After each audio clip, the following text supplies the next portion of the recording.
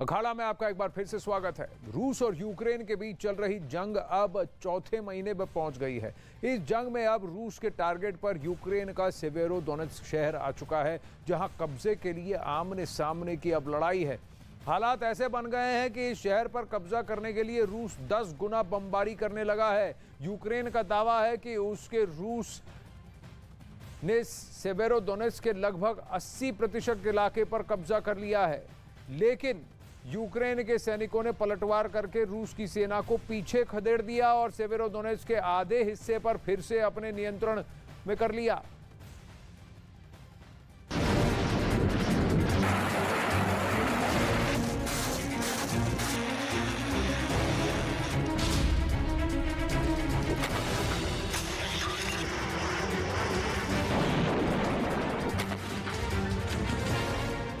Ukraine का सेवेरोडोनेत्स्क शहर, जिस पर कब्जा करने के लिए पुतिन बेकरार हैं और जेलेंस्की किसी भी सूरत में इसे छोड़ना नहीं चाहते हैं।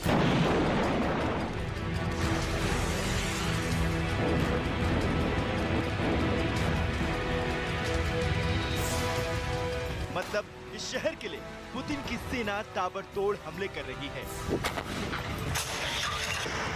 हर दिन एक इलाके पर बम गिरा रही है। शहर को खंडहर बनाने की कोशिश में है, लेकिन जेलेंस्की की सेना पूरे दमखम लगाकर इस शहर को बचाने में जुटी है। रूस इस शहर को मारिउपोल जैसा करना चाहती है, लेकिन सेवेरोडोनेत्स्क पर हमले के दौरान रूस को कड़े विरोध का सामना करना पड़ रहा है। लुहांस्क के गवर्नर के दावे के मुताबिक पहले रूस ने सेवेरोडोनेत्स्क से लगभग 80% इलाके पर कब्जा कर लिया था, लेकिन यूक्रेन के सैनिकों ने पलटवार करके रूस की सेना को पीछे खदेड़ दिया और सेवेरोडोनेत्स्क के आधे हिस्से पर फिर से अपना नियंत्रण कर लिया। राष्ट्रपति जेलेंस्की ने भी दावा किया कि उनके लड़ाके किसी भी सूरत में सेवेरोडोनेत्स्क को छोड़ेंगे नहीं। रूस के कब्जे से इस शहर को आजाद कराकर ही दम लेंगे। Не здають позиції в Сєвєродонецьку. У місті продовжуються запеклі вуличні бої. Лисичанськ, Слов'янськ, Бахмут, Святогір'я, Авдіївка, Курахове та інші напрямки російських. उधर ब्रिटेन के रक्षा मंत्रालय की ताजा खुफिया जानकारी के मुताबिक लुहांस्क क्षेत्र में मौजूद रूसी सेना में रूसी नेतृत्व करने वाले अलगाववादी बलों के लड़ाके शामिल हैं, जिनके पास ना तो उचित हथियार है और ना ही उन्हें अच्छी ट्रेनिंग मिली है। इसका मतलब यह है कि यूक्रेन के सैनिक सेवेरोडोनेत्स्क में मजबूत स्थिति में हैं। बावजूद इसके रूस इस शहर को हथियाने के लिए हर संभव कोशिश कर रहा है। लुहांस्क के गवर्नर ने दावा किया कि सेवेरोडोनेत्स्क पर कब्जा करने के लिए रूस 10 गुना ज्यादा गोलाबारी कर रहा है। यहाँ रहने वाले लोगों को डर लग रहा है कि कहीं इसका हाल मारिउपोल जैसा न हो जाए। सेवेरोडोनेत्स्क पर कब्जा रूस के लिए काफी अहम है, क्योंकि ये रूस की सीमा से करीब 140 किलोमीटर दक्षिण में है और लुहांस्क प्रांत का बड़ा शहर है। ये इलाका बड़ा औद्योगिक केंद्र है जो रासायनिक और मशीन निर्माण कारखानों के लिए जाना जाता है। मतलब साफ है कि इस इलाके पर कब्जा लुहांस्क प्रांत पर कब्जा हो जाएगा। यूक्रेन के रक्षा विशेषज्ञों का मानना है कि पश्चिमी देशों से आने वाले हथियारों की बड़ी खेप से पहले ही रूस इस इलाके पर कब्जा कर लेना चाहता है। इसके लिए पुतिन की सेना पूरी दमखम से युद्ध लड़ रही है। इस दौरान दोनों की तरफ से सैनिकों की बेहिसाब मौत भी हो रही है। इससे पहले साल 2014 में भी सेवेरोडोनेत्स्क पर रूस ने आशंकी रूप से कब्जा किया था, लेकिन 2 महीने बाद यूक्रेन ने दोबारा इस क्षेत्र को अपने कब्जे में ले लिया था। अब दोबारा रूस इस क्षेत्र को हथियाना चाहता है, लेकिन इस बार यूक्रेन मजबूती से पलटवार कर रहा है। लुहांस्क के गवर्नर का दावा है कि रूस की सेना का टारगेट 10 जून तक सेवेरोडोनेत्स्क शहर पर कब्जा करने का है।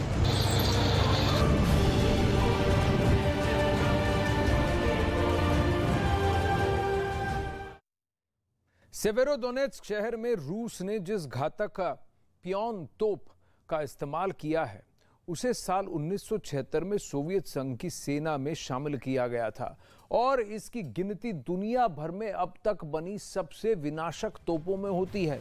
दावा है कि इस तोप की मदद से दुश्मन के ठिकानों पर परमाणु बम भी दागे जा सकते हैं और इसकी मदद से करीब 40 किलोमीटर दूर से दुश्मन के ठिकाने को निशाना बनाया जा सकता है। ये तोप 2 मिनट के अंदर 3 गोले दागती है और पलटवार से बचने के लिए पहले गोले के दुश्मन के ठिकाने पर गिरने से पहले ही फायरिंग पोजीशन छोड़कर दूर निकल जाती है। यह खासियत है इस तोप की, जिसका प्रयोग अब सेवेरोडोनेत्स्क में किया जा रहा है। अब पश्चिमी मीडिया का दावा है कि रूस ने कीव पर कब्जा करने के लिए अपनी स्ट्रैटेजी में बहुत बड़ा बदलाव किया है। यूक्रेन पर 20% कब्जा करने के बाद रूस एक बार फिर कीव की तरफ बढ़ना शुरू कर चुका है। यूक्रेन के पूर्वी क्षेत्र में रूस मजबूत स्थिति बनाए हुए है और अब उसके निशाने पर सीधा यूक्रेन की राजधानी कीव है।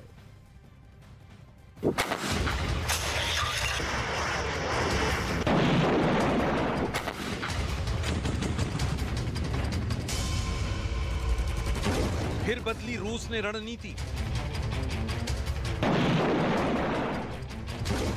कीव पर शुरू हुए मिसाइल हमले।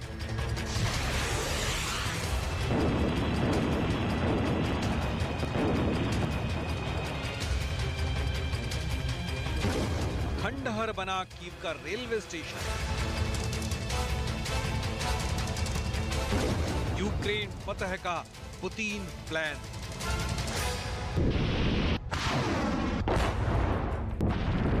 ये यूक्रेन की राजधानी कीव पर रूस के हमले के दूसरे दिन की तस्वीर है। शहर के एक हिस्से से उठता सफेद धुएं का गुबार इस हकीकत की तस्दीक कर रहा है कि राजधानी कीव अभी भी रूसी सेना के निशाने पर है। इमारत की छत पर लगी आग और जमीन पर गिरा मलबा ये बताने के लिए काफी है कि अब ये इमारत एक खंडहर के अलावा और कुछ नहीं है। यूक्रेन का आरोप है कि रूसी सेना ने जिस इमारत को निशाना बनाया उसमें रेलवे की बोगियां बनाई जाती थी, लेकिन रूस ने क्रूज मिसाइल हमले से इस इमारत को नेस्तनाबूद कर दिया। This facility is totally peaceful and everyone can come and see. Of course, if there is some conspiracy theory, maybe they will use next morning saying that Ukrainian took away tanks from this facility, but you can see it's impossible to do. There were no tanks, and you can just be witness of this. Frankly speaking, in the beginning, we decided just not to comment it, but when Russian propagandists from Ministry of Defense stated that it was used as a military facility, we decided to open the door for everyone to see. लेकिन इस हमले पर रूस के रक्षा मंत्रालय का दावा है कि यूक्रेन ने इस इमारत में उन T-72 टैंकों को छिपा कर रखा था जो उसे पूर्वी यूरोपीय देशों से मिले थे, लेकिन रूसी सेना के मिसाइल हमले में वो तमाम टैंक तबाह हो गए। Воздушно-космическими силами России, высокоточными ракетами воздушного базирования большой дальности на окраине Киева уничтожены поставленные восточноевропейскими странами танки Т-72 и другая бронетехника, размещенная в корпусах вагоноремонтного предприятия. ये लगातार दूसरा दिन है जब रूसी सेना ने एक बार फिर यूक्रेन की राजधानी पर हमले करने शुरू किए हैं। 5 जून को रूस ने करीब 6 हफ्तों के बाद कीव पर 4 मिसाइल हमले किए थे। एक के बाद एक हुए 4 धमाकों ने राजधानी कीव को थर्रा कर रख दिया था। रूस के इस हमले में कीव के दारनिस्ता कार रिपेयर प्लांट को काफी नुकसान पहुंचा है। कीव पर हुए इस हमले के बाद यूक्रेन की सेना अलर्ट पर है।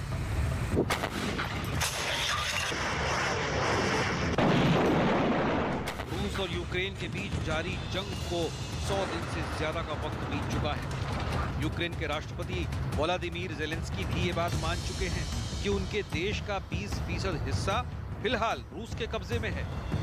दूसरी तरफ रूस के राष्ट्रपति व्लादिमीर पुतिन भी ये बात जानते हैं कि राजधानी कीव पर कब्जा किए बिना उनकी जीत को अधूरा ही माना जाएगा। लिहाजा उन्होंने एक बार फिर अपने यूक्रेन फतह प्लान में तब्दीली की है और पुतिन के नए प्लान में राजधानी कीव एक बार फिर उनके निशाने पर आ गई।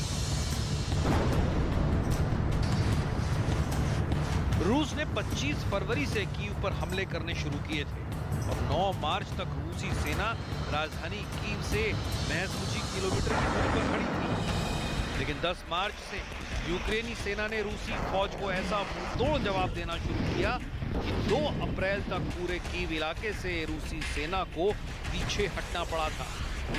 इसके बाद रूस ने दोबारा कीव का रुख नहीं किया था, लेकिन 5 जून को रूस ने कीव पर हमला कर पूरी दुनिया को ये जता दिया है कि राष्ट्रपति पुतिन ने कीव पर रूस का परचम फहराने का अपना ख्वाब छोड़ा नहीं है।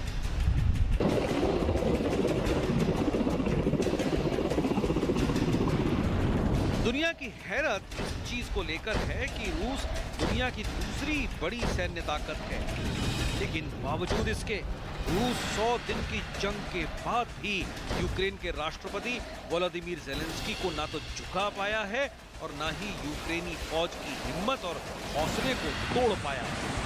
जब युद्ध शुरू हुआ तो माना जा रहा था कि रूस और यूक्रेन के बीच ये जंग 10 दिन से ज्यादा नहीं चलेगी, लेकिन हुआ इसके ठीक उलट।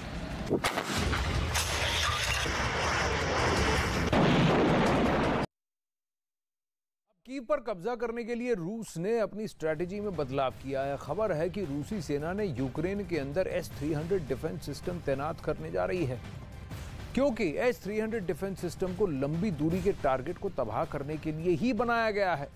ये एयर डिफेंस सिस्टम बैलिस्टिक मिसाइलों को भी हवा में ढेर कर सकता है। इतना ही नहीं, हवा में उड़ रहे लड़ाकू विमानों को ये पलक झपकते ही तबाह करने के लिए ताकत भी रखता है। और इसमें लगा रेडार सिस्टम इतना आधुनिक है कि वो एक समय में कई टारगेट को ट्रैक कर सकता है। यही नहीं, इसके जरिए दुश्मन पर एक साथ कई मिसाइलें भी दागी जा सकती हैं। इसलिए अब यूक्रेन की राजधानी कीव पर वापस व्लादिमीर पुतिन कंसंट्रेट करेंगे। कई सारे एक्सपर्ट्स का यह भी कहना है कि पूर्वी यूक्रेन से यूक्रेनी सेना के कंसंट्रेशन को फैलाने के लिए, कम करने के लिए भी कीव को टारगेट किया जा सकता है, क्योंकि यूक्रेन का जैसे व्लादिमीर पुतिन की कभी मंशा नहीं थी कि कीव पर कब्जा करें। उन्हें तो बस वही पूर्वी यूक्रेन का हिस्सा चाहिए। आइए पूछते हैं जावेद मंसूरी से, जो दीमर से हमारे साथ जुड़ रहे हैं। जावेद, आपने कहा कि कीव पर फिर से हमले शुरू हुए हैं। आनंद, बिल्कुल। परसों जिस तरह से मिसाइल अटैक हुए हैं 4 से 5, उससे एक बार फिर से यही सवाल खड़ा हो रहा है कि कीव को दोबारा से निशाने पर लिया जाएगा। देखिए, इसमें पुतिन की रणनीति ये है कि वो अभी जो दक्षिण पूर्वी इलाकों में जंग चल रही है वहां ज्यादा जो जोर है, जो ज्यादा अपनी स्ट्रेंथ है, यूक्रेन वहां इस्तेमाल कर रहा है। लेकिन एक बार फिर से कीव पर हमला किया जाना, उसको डिस्ट्रैक्ट करना है कि कीव भी सुरक्षित नहीं है। मैं दीमर की लगातार तस्वीरें दिखा रहा हूं, आप जरा इस बिल्डिंग को देखिए, इस इमारत को देखिए, किस तरह से कीव से 50 किलोमीटर दूर जब रूसी सेना यहां पहुंची थी तो किस तरीके से तबाही यहां पर मचाई थी। यहां पर भी एयर स्ट्राइक की गई और देखिए इसका बिल्डिंग का एक हिस्सा पूरी तरह से टूटा हुआ है। ये रिहायशी इमारत मालूम पड़ती है। यहां हमको किचन भी नजर आ रही है, तमाम वो सारी चीजें दिख रही हैं जो घरों में इस्तेमाल होती है। पूरा हिस्सा ये तबाह हो चुका है। और देखिए, जिसका ज़ेलेंस्की को डर है, क्योंकि कीव में अगर एक बार फिर से रूसी सेना घुसती है तो वाकई में एक बड़ी मुश्किल यूक्रेन के लिए हो जाएगी। और ये स्थिति जगह जगह इसी तरह से देखी जा सकती है। ये जो तस्वीर आप देख रहे हैं, ऐसी तस्वीर दोबारा ना हो, उसमें कोशिश है ज़ेलेंस्की की कि किसी तरह से कीव पर अटैक्स ना हो, उधर बेलारूस की साइड से रूस हमला ना करे। लेकिन जिस तरह से परसों हमला हुआ है, उससे एक बार फिर से विशेषज्ञ भी इस बात को मान रहे हैं कि जो पुतिन है, एक बार फिर से कीव का उन्होंने रुख किया है और वो अपनी रणनीति को लगातार आगे बढ़ा रहे हैं। जी, यूक्रेन की सेना को अगर आप डिफ्यूज करते हैं, इधर उधर फैला दे, तो उनके नंबर कम हो जाएंगे और जिसकी वजह से फिर व्लादिमीर पुतिन के मंसूबे कामयाब होते उन्हें दिख रहे हैं। ये एक रणनीति वो अपना रहे हैं बार बार जब वो कीव को टारगेट करते हैं। जावेद, बहुत बहुत धन्यवाद आपके अपडेट के लिए। अब यूक्रेन में रूस हर बीतते दिन के साथ मजबूत होता जा रहा है। 20% यूक्रेन की जमीन पर अगर वो काबिज है तो सोच लीजिए कि उसने कितनी जगह हत्या ली है। लेकिन राष्ट्रपति ज़ेलेंस्की ने अब भी हिम्मत नहीं हारी। 24 घंटे पहले ज़ेलेंस्की जापोरिजिया में थे और जापोरिजिया में जहां कि अधिकतर हिस्से में रूस ने कब्जा कर रखा है, ज़ेलेंस्की वहां पहुंचे और कहा कि हम अभी भी लगे हुए हैं।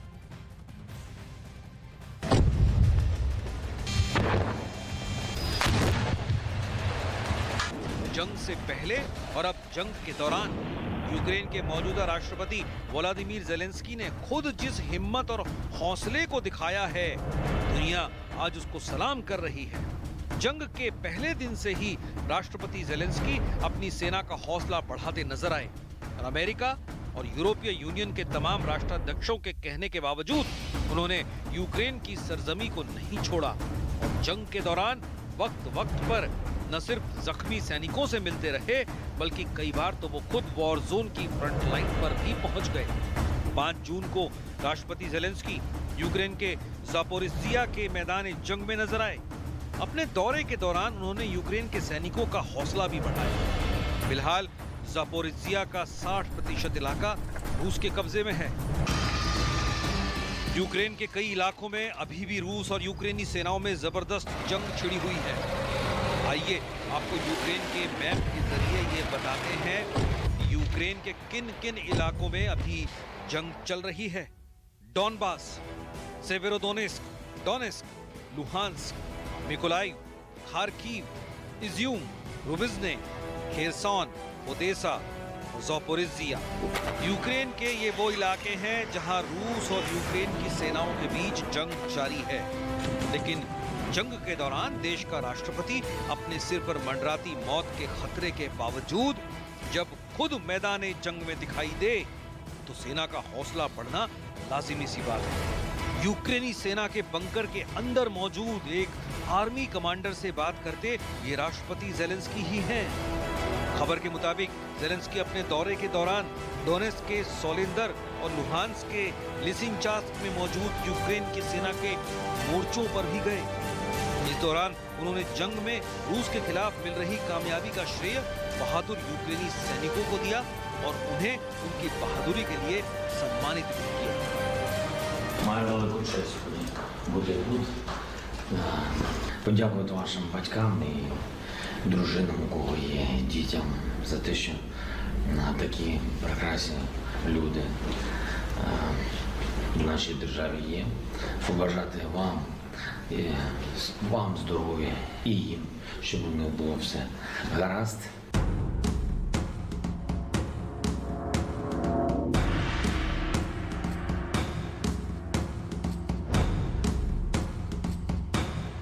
ये लुहांस्क के उसी लिसिचांस्क शहर की हकीकत है जहां राष्ट्रपति ज़ेलेंस्की ने दौरा किया था। रूस की सेना के हवाई और मिसाइल हमलों और गोलाबारी में ये शहर एक खंडहर में तब्दील हो चुका है।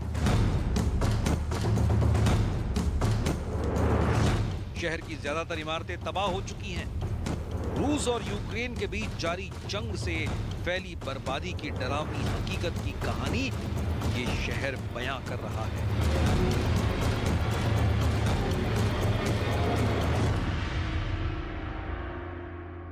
Російською наволоччю знову обстріляно центр міста Лисичанська, зруйновані жилі будинки, інфраструктура.